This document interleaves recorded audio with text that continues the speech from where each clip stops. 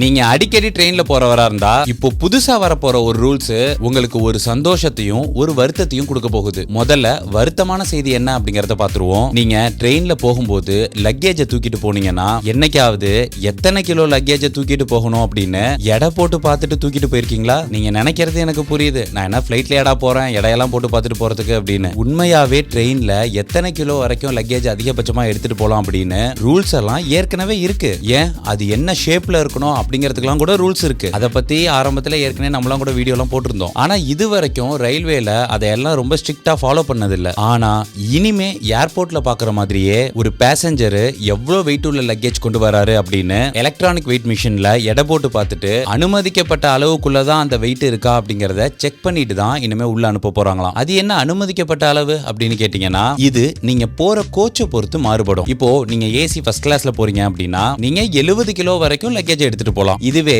AC 2 டயர்ல போறீங்க அப்படின்னா 50 kilo வரைக்கும் லக்கேஜ் எடுத்துட்டு போலாம். இதுவே ஏசி 3 டயர்லயோ இல்லனா ஸ்லீப்பர் கிளாஸ்லயோ போறீங்கன்னா 40 கிலோ வரைக்கும் எடுத்துட்டு போலாமா. ஜெனரல் கம்பார்ட்மெண்ட்லயோ அல்லது சிட்டிங் கிளாஸ் டிராவலர்ஸ்லயோ போனீங்கன்னா 35 கிலோ வரைக்கும் லக்கேஜ் எடுத்துட்டு போலாமா. அனுமதிக்கப்பட்ட அளவை விட அதிகமான அளவுல நீங்க லக்கேஜ் எடுத்துட்டு போனீங்கன்னா அந்த எக்ஸ்ட்ராவான லக்கேஜுக்கு 6 மடங்கு வரைக்கும் நீங்க எக்ஸ்ட்ராவா பணம் கொடுக்க வேண்டியிருக்கும். இந்த மாதிரி ரூல்ஸ் நிறைய நாடுகள்ல இருக்கு. சரி, இந்த ரூல்ஸ் எல்லாம் ஏர்போர்ட்டுக்கு சரி, எதுக்காக ரயில்வேஸ்க்கு போடுறாங்க அப்படின்னு கேட்டா இதுக்கு முக்கியமான காரணமா அவங்க சொல்றது அதிக தூரம் டிராவல் பண்ற பேசஞ்சர்ஸ்க்கு கசகசன்னு இல்லாம நல்ல கம்ஃபர்டபிளான டிராவல் எக்ஸ்பீரியன்ஸை கொடுக்கணும், அதுக்கு தான் அப்படின்னு அவங்க சொல்லியிருக்காங்க. முதல் கட்டமா இந்த திட்டத்தை உத்தரப்பிரதேச மாநிலத்தில் உள்ள பிரயாக்ராஜ் சந்திப்பு, மிர்சாப்பூர், கான்பூர் சென்ட்ரல் இந்த மாதிரி பல ரயில் நிலையங்கள்ல கொண்டு வர போறதா சொல்லியிருக்காங்க. இதெல்லாம் சரி, சந்தோஷமான விஷயம் என்ன அப்படின்னு கேட்டீங்கன்னா மற்ற விஷயங்களும் ஏர்போர்ட்ல இருக்கிற மாதிரி நவீனமாவும் உலக தரத்திலையும் வரப்போகுதாம். உதாரணத்துக்கு நல்ல நவீனமான ஹைடெக்கான வெயிட்டிங் லாஞ்சஸ்,